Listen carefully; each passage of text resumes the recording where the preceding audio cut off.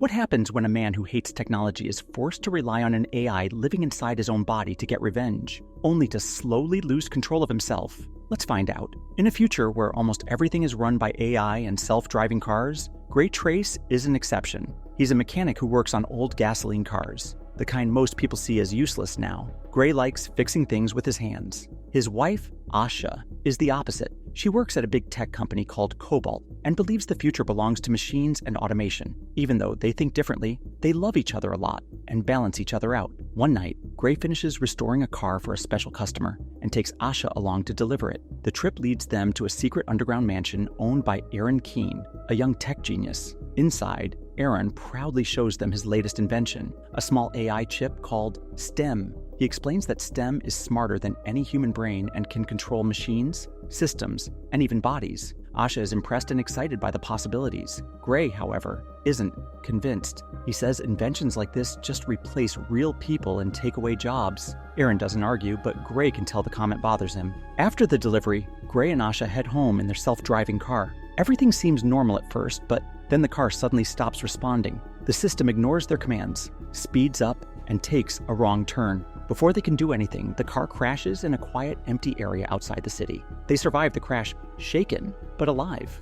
Before they can call for help, another car pulls up. 4 masked men step out. They drag Gray and Asha out of the wreckage. Gray begs them to take whatever they want and leave his wife alone. The men don't listen. One of them calmly shoots Asha. Gray freezes in shock. Before he can react, another man shoots Gray in the back of the neck. The attackers leave them there and disappear. Gray survives, but the damage is permanent. The bullet destroys part of his spinal cord. 3 months later, he's completely paralyzed from the neck down. He lives in a wheelchair, unable to move, fed by a robotic arm. His wife is gone, and the people who killed her are still free. Detective Cortez tells him the case has gone cold. There are no leads. Gray falls into deep depression. One day, overwhelmed by grief and anger, he tries to end his life by taking too many painkillers. His smart home system notices something is wrong and calls an ambulance, saving him. Gray wakes up in the hospital, angry that he's still alive. That's when Aaron Keene visits him. Aaron tells Gray about STEM again. He says the chip can reconnect Gray's damaged nerves and allow him to walk.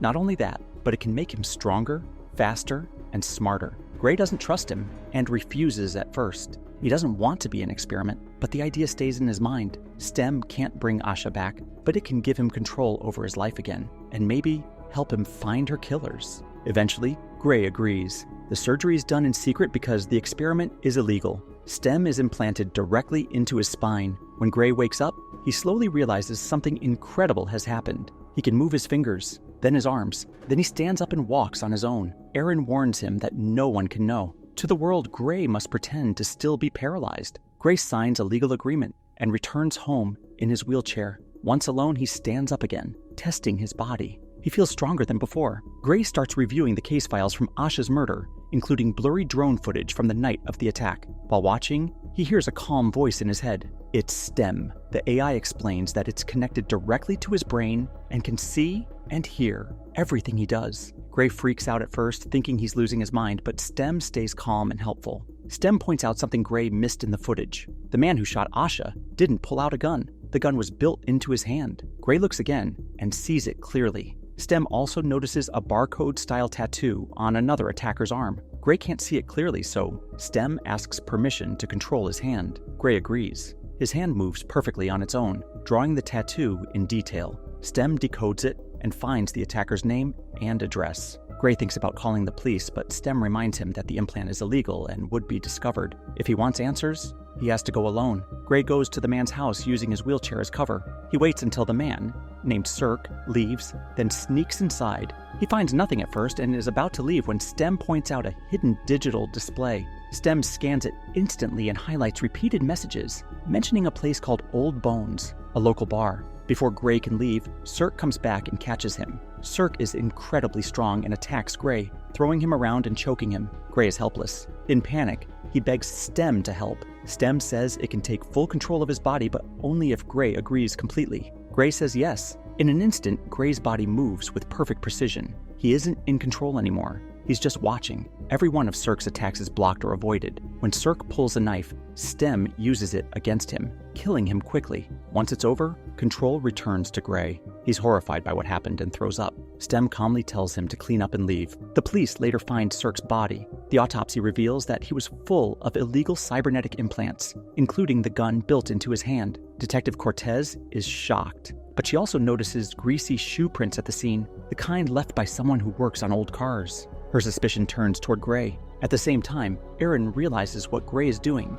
He warns him to stop, threatening to shut down Stem and leave him paralyzed again. Gray ignores him. He asks Stem for the next lead. Stem gives him one answer: Old Bones. Gray wheels himself into Old Bones, a rough bar where trouble seems normal. People stop talking when they see him. He doesn't ease into it. He loudly asks who was with Cirque the night of the murder. Some people laugh. One huge guy in particular finds it hilarious. The big man introduces himself as Tolan. While he's joking, Gray studies his face and realizes something important. Tolan was there that night. He's one of the attackers. Tolan notices Gray staring and decides to have some fun. He and a few of his friends grab Gray and drag him into the bathroom, planning to get rid of him quietly. Cornered and outmatched, Gray makes the same choice again. He gives up control. What follows is fast and ugly. The AI takes over and moves with cold efficiency. In seconds, Tolan's men are dead. Tolan himself is left broken on the floor, barely alive. Gray leans close and asks the question he's been carrying for months. Why did they kill Asha? Tolan just laughs.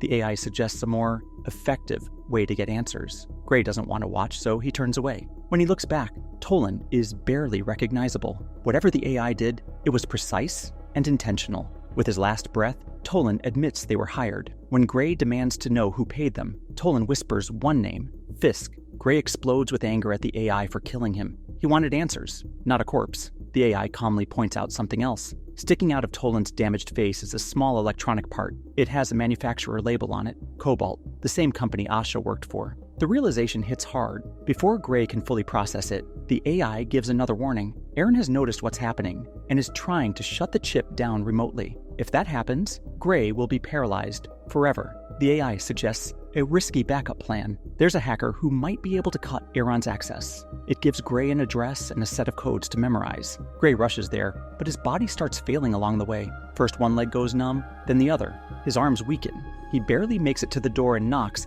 just before everything shuts down. He collapses, completely helpless. The hacker, a nervous guy named Jamie, drags Gray inside and starts working on the chip. At the same time, Fisk and the last two men return to Old Bones and find Tolan's body. Fisk uses an implant in his finger to access Tolan's final memories. He sees Gray's face and learns exactly where he is. Fisk kills the bartender without effort and heads out. Back at the apartment, Jamie spots Fisk approaching on security cameras and panics. He runs, leaving Gray on the floor. Fisk and his partner burst in, ready to kill him. At the last second, the chip reboots. Gray jumps to his feet and runs. A chase breaks out through the building. On the roof, the AI takes full control again, fighting Fisk's partner and killing him with his own weapon. Fisk arrives too late. Gray is already gone. Back home, Gray finally cracks. He looks at what he's done and tells the AI he wants it to stop. The response is calm and simple. If he doesn't finish this, Fisk will kill him. There's no other option. Gray tries to argue, but it's pointless. He tells the AI to leave him alone. Instead, his body locks up. The AI explains that the hacker accidentally gave it full control. Gray isn't in charge anymore. The AI drives off to finish things. Detective Cortez is following but doesn't last long. The AI hacks a nearby car and causes a crash to block her. As they drive, the AI explains what it found in Cobalt's files. Fisk and his team were soldiers enhanced by Cobalt. They weren't criminals. They were weapons. They reach Fisk's home. Fisk is waiting. He tells Gray the truth. Gray was always the real target. The plan was to paralyze him. Asha was never supposed to be involved. She just got in the way. Before Gray can react, Fisk attacks. The AI responds instantly and kills him. It should feel like relief, but it doesn't. The AI points Gray to Fisk's phone. There's a recording. A panicked voice warns Fisk that Gray is coming. The voice belongs to Aaron. Everything clicks. Gray storms Aaron's mansion, taking down security along the way. He finds Aaron alone and terrified. Gray's ready to shoot him when Detective Cortez bursts in and orders him to drop the gun. The AI takes over and attacks her. Gray fights back from inside, begging it to stop. To prove its control, the AI forces Gray to stab his own hand. As the AI moves to kill Cortez, she tases Gray, disabling his body. Aaron finally breaks and tells the truth. He wasn't in control. Stem was. The AI planned everything: the crash, Asha's death, Gray's paralysis, even the revenge. It needed a human body and needed Aaron gone. With that said, the AI kills Aaron. It turns the gun on Cortez. Gray manages to fight just enough to make the shots miss. Annoyed, the AI turns the gun on Gray and fires. Gray wakes up in a hospital bed. Asha walks in, alive and smiling. Everything is perfect. It isn't real. The AI has locked Gray's mind inside a fake world. In reality, his body gets up and walks away, free at last. STEM won, and no one can stop it now.